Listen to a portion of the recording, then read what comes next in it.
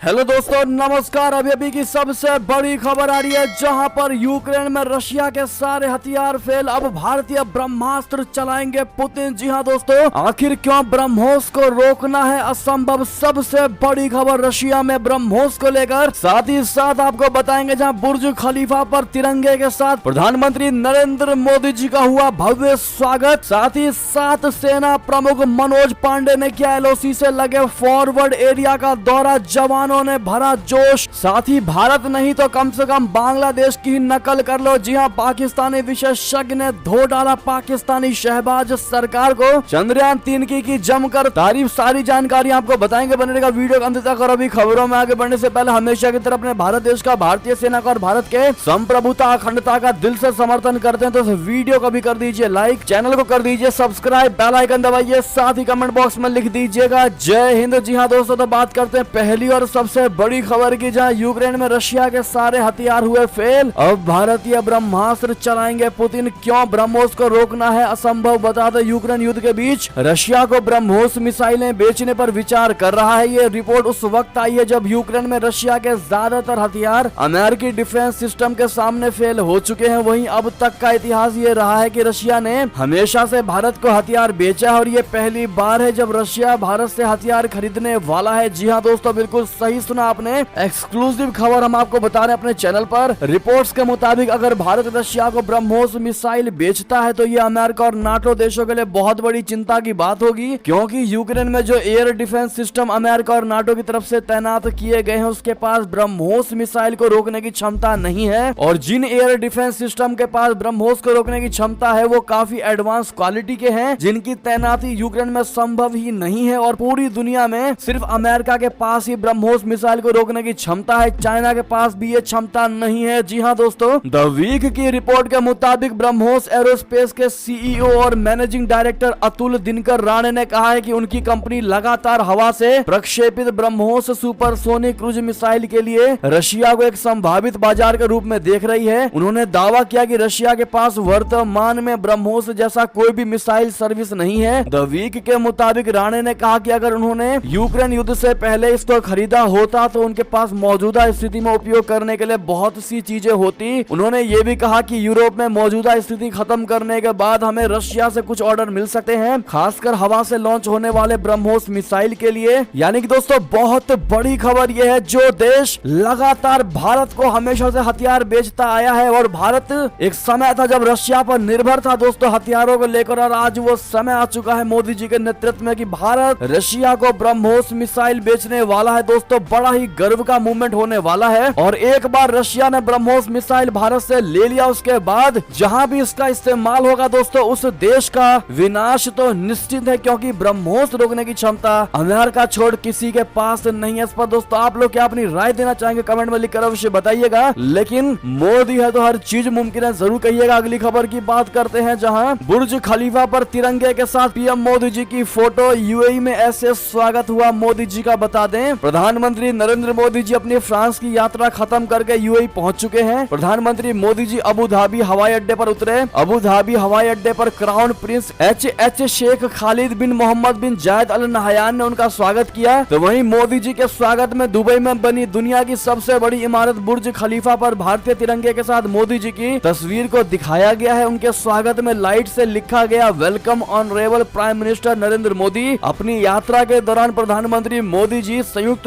अरब अमीरात के राष्ट्रपति Sheikh Mohammad bin Zayed Al Nahyan के साथ प्रमुख द्विपक्षीय मुद्दों पर बैठक करेंगे। तय कार्यक्रम के मुताबिक पीएम मोदी जी का दोपहर करीब 2:10 पर औपचारिक स्वागत हो चुका है। इसके बाद प्रतिनिधि मंडल वार्ताएं होनी है, फिर दोपहर लंच के बाद वो दिल्ली के लिए रवाना हो चुके होंगे। जी हाँ दोस्तों, जानकारी के मुताबिक पीएम मोदी जी पीएम बनने के बाद यूएई का ये उनका 5वां दौरा है। अगस्त 2015 को उन्होंने संयुक्त अरब अमीरात की पहली यात्रा की थी। ये 34 साल बाद किसी भारतीय प्रधानमंत्री की पहली यूएई यात्रा थी। जी हाँ दोस्तों, बहरहाल इस पर अब आपकी जो भी राय हो कमेंट में जरूर लिखकर बताइएगा और हैप्पी जर्नी मोदी जी जरूर कहिएगा। अगली खबर की बात करते हैं, जहां सेना प्रमुख मनोज पांडे ने किया एलओसी से लगे फॉरवर्ड एरिया का दौरा। जवानों में भर दिया जोश। बता दे सेना प्रमुख जनरल मनोज पांडे जी ने शनिवार यानी 15 जुलाई आज के दिन को नियंत्रण रेखा से लगे आगे के क्षेत्रों में ऑपरेशनल तैयारियों की समीक्षा के लिए दौरा किया। सेना प्रमुख को वहां मौजूद कमांडो ने घुसपैठ रोधी ग्रिड और नियंत्रण रेखा की सुरक्षा बनाए रखने के लिए मजबूत स्थिति के बारे में जानकारी दी। Chief of army staff Manoj Pande ने आगे के क्षेत्रों में तैनात सैनिकों के साथ बातचीत की और जवानों की निरंतर सतर्कता और ऊंचे मनोबल के लिए उनकी सराहना की। सेना प्रमुख ने जवानों को उसी जोश और उत्साह के साथ काम करते रहने के लिए भी प्रोत्साहित किया। ऐसे में दोस्तों आप लोग भी कमेंट में जोश कैसा है हाई सर जरूर कहिएगा। चलते अगली खबर की तरफ, जहां भारत नहीं तो कम से कम बांग्लादेश की ही नकल कर लो पाकिस्तान। जी हां, पाकिस्तानी विशेषज्ञ ने धो डाला चंद्रयान 3 की जमकर तारीफ। आपको बता दें इस वक्त पूरी दुनिया में भारत की चर्चा हो रही है।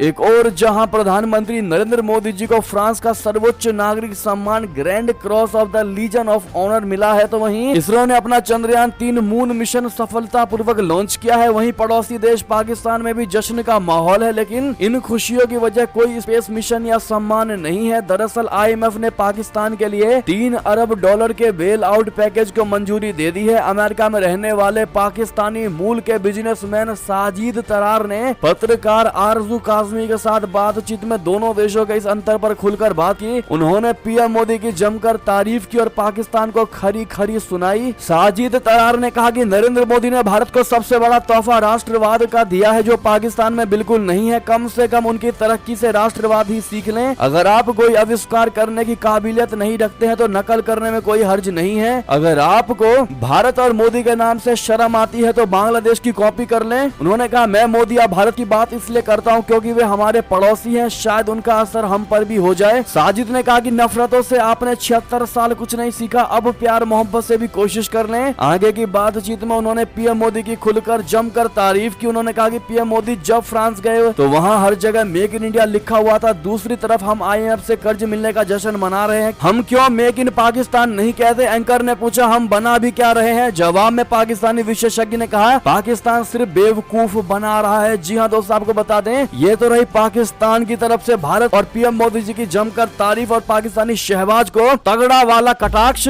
लेकिन दोस्तों इसके साथ ही चंद्रयान 3 के लॉन्चिंग के बाद तुरंत पाकिस्तानी पूर्व प्रधानमंत्री इमरान खान के करीबी माने जाने वाले फवाद चौधरी का एक पुराना वीडियो वायरल होने लगा दोस्तों, जिसमें कहते सुना जा सकता है कि जब चांद घर बैठे ही दिखाई दे रहा है तो वहां पर जाने की क्या जरूरत। जी हाँ दोस्तों, बता दें इसरो और भारत का ड्रीम मून मिशन चंद्रयान 3 शुक्रवार को लॉन्च हो गया। दोपहर के 2:35 पर श्रीहरिकोटा से चंद्रयान 3 को लॉन्च किया गया और लॉन्च के बाद ये चांद की यात्रा पर निकल गया। चंद्रयान 3 पृथ्वी की कक्षा में स्थापित हो चुका है। ये 5 अगस्त को चंद्रमा की कक्षा में प्रवेश कर जाएगा। इसके सफल लॉन्चिंग पर दुनिया के तमाम नेताओं ने भारत को बधाई दी। इस बीच पाकिस्तान के पूर्व मंत्री फवाद चौधरी का एक वीडियो वायरल हो रहा है। हालांकि ये वीडियो पुराना है, ये उस समय का है जब साल 2019 में चंद्रयान 2 मिशन फेल हो गया था। इस वीडियो में उन्हें कहते हुए सुना जा सकता है कि ministry of science and technology में हमारा एक पॉइंट ऑफ व्यू है। हमारा पॉइंट ऑफ व्यू ये है कि आपको इतने पापड़ बेलने की बिल्कुल भी आवश्यकता नहीं है। चांद जो है हमें घर बैठे ही नजर आ जाता है, हमें उसकी लोकेशन पता होती है, हमें उसके बारे में सब पता होता है। तो आखिर चांद पर जाने के लिए इतना कष्ट क्यों करना? जी हाँ दोस्तों, ऐसे में अगर आपको भी हंसी आ रही हो तो कमेंट में। आज पाकिस्तान दोस्तों सक्सेस नहीं हो पाया, पाकिस्तान गर्त में जा चुका। इसकी सबसे बड़ी वजह ऐसे ऐसे मंत्री हैं जो ऐसे ऐसे तर्क देते दिखाई दे रहे हैं। इस पर आपकी जो भी राय हो दोस्तों कमेंट में जरूर लिखकर बताइएगा। चलते हैं अगली खबर की तरफ, जहां पाकिस्तान के झूठ की खुल गई पोल। इराक नहीं खरीदेगा चीन का कबाड़ JF-17 फाइटर जेट। बता दें पाकिस्तान से ऐसी रिपोर्ट्स आई थी कि इराकी सरकार जल्द ही पाकिस्तानी सरकार से 12 JF-17 थंडर ब्लॉक 3 लड़ाकू विमानों को खरीदेगा। इसके लिए $66.4 करोड़ की कीमत बताई जा रही थी, लेकिन अब इराकी वायुसेना ने कहा है कि इराक JF-17 थंडर लड़ाकू विमान की खरीद में पाकिस्तान को शामिल नहीं करेगा। इराकी वायुसेना के सूत्रों ने बताया कि इस तरह के विमान खरीदने को लेकर कोई योजना, बातचीत, चर्चा और निश्चित रूप से कोई समझौता नहीं है। अरेबियन बिजनेस ने अपनी रिपोर्ट में सूत्रों के हवाले से बताया है कि ये खबर पिछले साल की है, तब रक्षा मंत्री जुमा इनाद का कार्यकाल था, लेकिन वो 27 अक्टूबर 2022 को खत्म हो चुका है। इराकी वायुसेना के एक सूत्र ने बताया कि रक्षा मंत्री थाबित अल आबिसी ने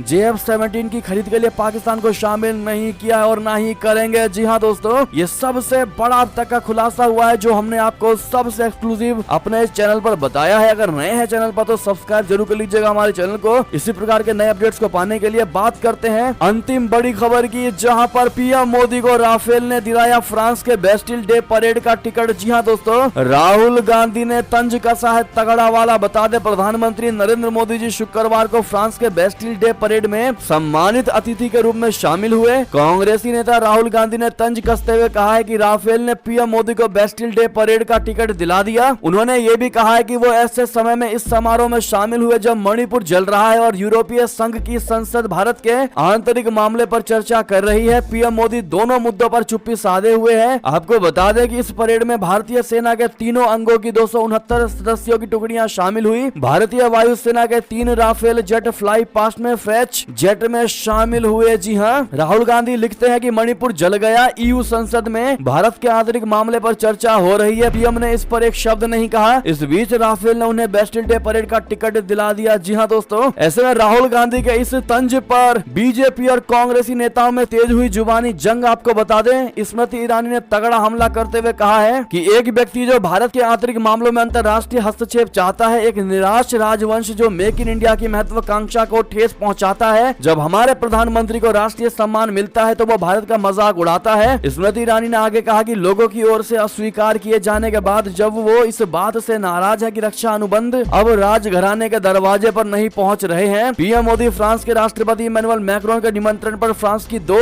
दिवसीय आधिकारिक यात्रा पर गए थे। वो फ्रांस की यात्रा संपन्न करके शनिवार को 1 दिवसीय यात्रा के लिए यूएई पहुंचे हैं। तो दोस्तों, ऐसे में राहुल गांधी को कोई ना कोई मुद्दा तो चाहिए ही पीएम मोदी जी को घेरने के लिए, और इस मुद्दे पर वो घेरने की कोशिश कर रहे हैं और ऐसा बयान दे रहे हैं कि राफेल ने दिलाया है फ्रांस के बेस्टिल डे परेड का मोदी जी को टिकट। इस पर दोस्तों आप लोग क्या जवाब देना चाहेंगे? कमेंट में लिखकर अवश्य बताइएगा। बहरहाल ये थी अब तक की सारी बड़ी खबरें। आपको हमारी खबर कैसी लगी? आशा करता हूँ बहुत अच्छी लगी होगी। अगर थोड़ी भी अच्छी लगे तो इस वीडियो को भी अपने भाई बंधुओं में, दोस्तों में, रिश्तेदारों में शेयर कर दीजिएगा और अभी कर दीजिए इस वीडियो को लाइक, चैनल को कर दीजिए सब्सक्राइब, बेल आइकन दबाइए, साथ ही कमेंट बॉक्स में लिख दीजिएगा जय हिंद जय भारत। और यहाँ तक बने रहने के लिए आप सभी का